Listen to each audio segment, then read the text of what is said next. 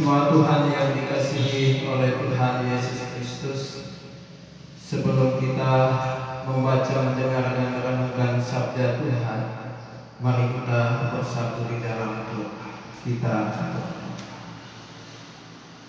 Allah Bapa yang Maha Kasih, di kesempatan Minggu pagi hari yang indah ini, kami datang dalam kerendahan hati kami. Kami memohon pertolongan dan bimbingan Roh Kudus agar menyinari hati kami, sehingga kebenaran firman Tuhan yang akan kami baca, kami dengar dan kami renungkan itu dapat kami mengerti dan membawa kami untuk melakukan sabda-Mu dalam kehidupan kami hari lepas hari. Di dalam nama Tuhan Yesus kami berdoa kepada Allah Bapa di surga. Amin.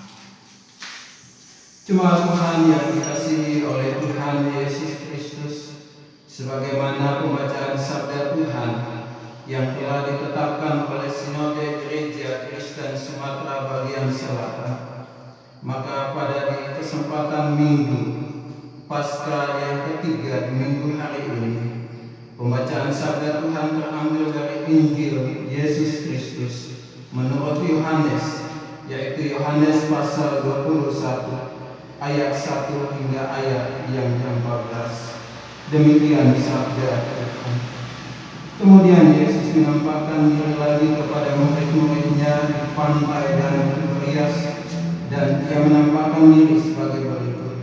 Di pantai itu berkumpul Simon Petrus, Thomas yang disebut Didimus, Natanael dari Kana yang di Galilea, anak-anak Zebedeus, dan dua orang muridnya yang lain. Kata Simon Petrus kepada mereka, "Aku pergi menangkap ikan." Kata mereka kepadanya, "Kami pergi juga dengan engkau." Mereka berangkat lalu naik ke perahu, tetapi malam itu mereka tidak menangkap apa-apa. Ketika hari mulai siang, Yesus berdiri di pantai. Akan tetapi murid-murid itu tidak tahu bahwa itu adalah Yesus. Kata Yesus kepada mereka, "Hai anak-anak, adakah kamu mempunyai lapak?"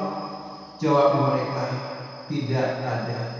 Maka kata Yesus kepada mereka, "Tebarkanlah jalamu di sebelah kanan perahu, maka akan kamu peroleh." Lalu mereka menebarkannya, dan mereka tidak dapat menariknya lagi karena banyaknya ikan. Maka murid yang dikasihi Yesus itu berkata kepada Petrus, "Itu Tuhan." Ketika Petrus mendengar bahwa itu adalah Tuhan, maka ia mengenakan pakaiannya, sebab ia tidak berpakaian, lalu terjun ke dalam danau. Murid-murid yang lain datang dengan perahu, karena mereka tidak jauh dari darat, hanya kira-kira 200 hasta saja, dan mereka memilah jala yang penuh ikan itu. Ketika mereka tiba di darat, mereka melihat api arang, dan di atasnya ikan dan roti. Kata Yesus kepada mereka, "Bawalah beberapa ikan yang baru kamu tangkap itu." Simon Petrus naik ke perahu, lalu menghela jala itu ke darat, penuh ikan besar, 153 ekor banyaknya, dan sungguh pun sebanyak itu jala itu tidak koyak. Kata Yesus kepada mereka, "Marilah dan sarapanlah." Tidak ada di antara murid-murid itu yang berani bertanya kepadanya, "Siapakah engkau?" Sebab mereka tahu bahwa ia adalah Tuhan. Yesus maju ke depan, mengambil roti, dan memberikannya kepada mereka. Demikian juga ikan itu. Itulah ketiga kalinya Yesus menampakkan diri kepada murid-muridnya sesudah ia bangkit dari antara orang mati. Demikian sabda Tuhan, yang dikatakan adalah berbahagia setiap kita yang mendengar, yang memelihara firman Tuhan, dan yang tekun untuk melakukannya dalam kehidupan kita hari lepas hari. Sabda yang abadi Kidung Jemaat 50A, bait 1 dan bait yang ke-6.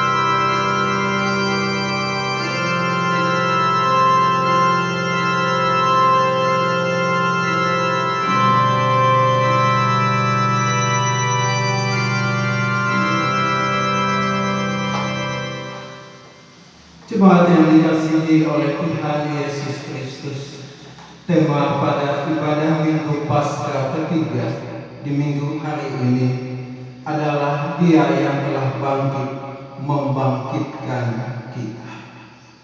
Jika kita berdiam diri dan mengingat kehidupan yang telah kita jalani, tentu ada begitu banyak peristiwa yang pernah kita alami dalam kehidupan ini. Oleh karena begitu banyaknya peristiwa yang kita alami, kita tidak mampu mengingat satu persatu peristiwa itu. Meskipun demikian, tentu kita ingat dengan siapa pertama kali kita berpacaran. Kita ingat syair lagu, kisah kasih di sekolah dengan sia. Tiada kisah paling indah, kisah kasih di sekolah. Masa-masa paling indah, masa-masa di sekolah. Jadi ingatan semasa sekolah, ingatan semasa kuliah, ingatan tentang pernikahan, dan juga ingatan tak kala kita gagal dalam cinta, pekerjaan, usaha, dan lain sebagainya. Tentu ingatan-ingatan itu begitu melekat dalam benak kita. Ketika ingatan itu hadir kembali dalam kehidupan kita, maka itu pun juga akan mempengaruhi setiap keputusan dan juga jalan hidup kita di masa kini.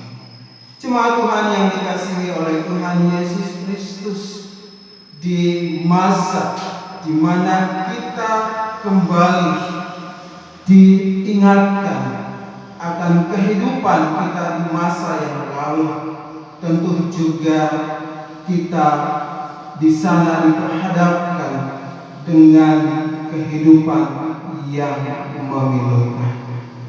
Nah, pada saat itu kita tentu tidak berani untuk bangkit dari keterpurukan hidup itu. Namun supaya bangkit dan keluar dari keadaan itu, maka diperlukan keberanian untuk mengakui dan menerima kegagalan dan berani menghadapinya. Jemaat Tuhan yang dikasihi oleh Tuhan Yesus Kristus, hal ini juga yang dialami oleh para murid Tuhan Yesus di kala itu. Mereka yang mulanya begitu antusias, mereka percaya diri akan masa depan yang baru.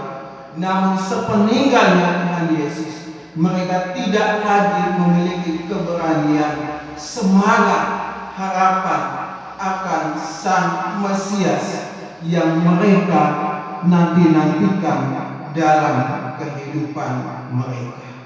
Harapan akan seorang Mesias yang datang dengan pasukan yang gagah berani, pasukan perang yang begitu hebat, dan yang akan melepaskan mereka dari penjajahan bangsa Romawi. Jemaat Tuhan yang dikasihi oleh Tuhan Yesus Kristus, oleh karena itu, maka ketika Tuhan Yesus meninggalkan mereka, ketika meninggalnya Tuhan Yesus, mereka kembali pada hidupnya yang lama, yaitu sebagai penjala ikan. Dalam rangka mengangkat dan membangkitkan para murid kembali, Tuhan Yesus menggunakan pendekatan dengan mengangkat ingatan masa lalu, bernostalgia. Dalam Lukas 5 ayat 1 sampai dengan ayat yang ke-11, di sana menceritakan awal mula Yesus berjumpa dengan Simon Petrus dan juga murid yang lain di pantai Danau Genesaret, yang mana sudah semalaman menangkap ikan namun tidak memperoleh seekor pun. Lalu Yesus menyuruh Simon untuk bertolak ke tempat yang dalam dan menebarkan jalannya. Seketika itu mereka menangkap sejumlah besar ikan sehingga jalannya mulai koyak. Hal ini juga yang terjadi di pantai Danau Tiberias. Tuhan Yesus datang menjumpai para murid. Setelah murid yang dikasihinya dan murid yang lain mengenalinya sebagai Tuhan dan mengalami bahwa mereka yang semalam gagal menangkap ikan seekor pun, kini dengan menuruti perintahnya banyak ikan yang mereka tangkap. Jemaat Tuhan yang dikasihi oleh Tuhan Yesus Kristus, bahkan terlalu banyaknya ikan sampai tak sanggup mereka menarik jaringnya. Peristiwa ini segera membawa mereka kepada ingatan, kepada memori di masa lalu. Ingatan tentang sosok yang luar biasa, sosok yang berhikmat dan berkuasa. Dan ingatan itu membawa mereka mengerti bahwa sosok itu bukan orang asing, melainkan Tuhan Yesus. Oleh karena itu, maka melalui perjumpaan itu, para murid yakinkan bahwa Tuhan Yesus bangkit dan hidup. Kebangkitan yang menandai kemenangannya terhadap maut, juga menang terhadap segala bentuk kejahatan, termasuk kejahatan di atas kayu salib itu. Jemaat Tuhan yang dikasihi oleh Tuhan Yesus Kristus, pada kesempatan yang sama, perjumpaan itu membuktikan bahwa Tuhan Yesus berkuasa. Tuhan Yesus hadir dan menyapa mereka untuk membangkitkan mereka, semangat mereka, harapan mereka, juga panggilan mereka. Lalu bagaimana dengan kehidupan kita sebagai murid Tuhan di masa ini? Bagaimana dengan kehidupan kita sebagai pengikut Kristus di masa ini? Seperti para murid yang tadinya tidak lagi memiliki keberanian, semangat dan juga harapan, mereka mengalami ketakutan saat sepeninggalnya Tuhan Yesus. Kita juga sedang kehilangan semangat dan mengalami ketakutan akan ancaman wabah COVID-19 yang mematikan ini. Mungkin juga sebagian dari kita merasakan kemarahan yang begitu menggelegar melihat sebagian orang yang menunggangi wabah ini sebagai ajang untuk merebut kekuasaan. Kita juga sedang dikepung oleh rasa duka melihat hari demi hari bertambah banyaknya orang yang mati. Bahkan para dokter, perawat juga mati karena alat perlindungan diri yang minim. Dalam situasi seperti ini tentu kita akan bertanya-tanya, di manakah Tuhan? Jika Ia berkuasa, mengapa Ia membiarkan ini semua terjadi? Dalam situasi yang kita alami sekarang ini, kita diajak untuk berserah, kita diajak untuk senantiasa waspada dan percaya bahwa tangan Tuhan yang tidak kelihatan namun berkuasa itu terus menopang, melindungi, menolong saudara dan juga saya. Jemaat Tuhan yang dikasihi oleh Tuhan Yesus Kristus, sebagaimana Tuhan Yesus membangkitkan kembali keberanian, semangat, harapan, dan memanggil para murid kembali pada panggilan mereka dengan mengangkat ingatan mereka, mengangkat memori perjalanan mereka bersama dengan Tuhan.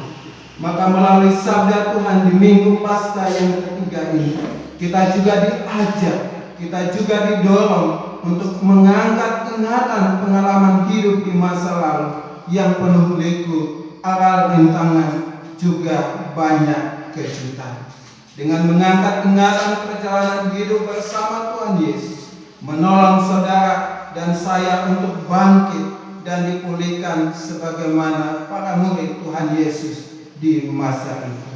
Kenangkanlah dia, maka dia yang telah bangkit akan membangkitkan hidup saudara dan saya, semangat saudara dan saya, harapan saudara dan saya, juga panggilan saudara dan saya. Terpujilah Allah. Amin. Mari kita mengambil saat teduh sejenak. Kita bersaat teduh.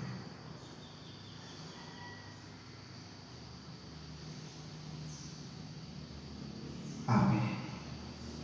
Jemaat yang dikasihi Tuhan, mari kita merespons sabda Tuhan. Kita menyanyikan Kidung Jemaat 439, bait yang pertama dan bait yang kedua. Kidung Jemaat 439, bait yang pertama dan bait yang kedua.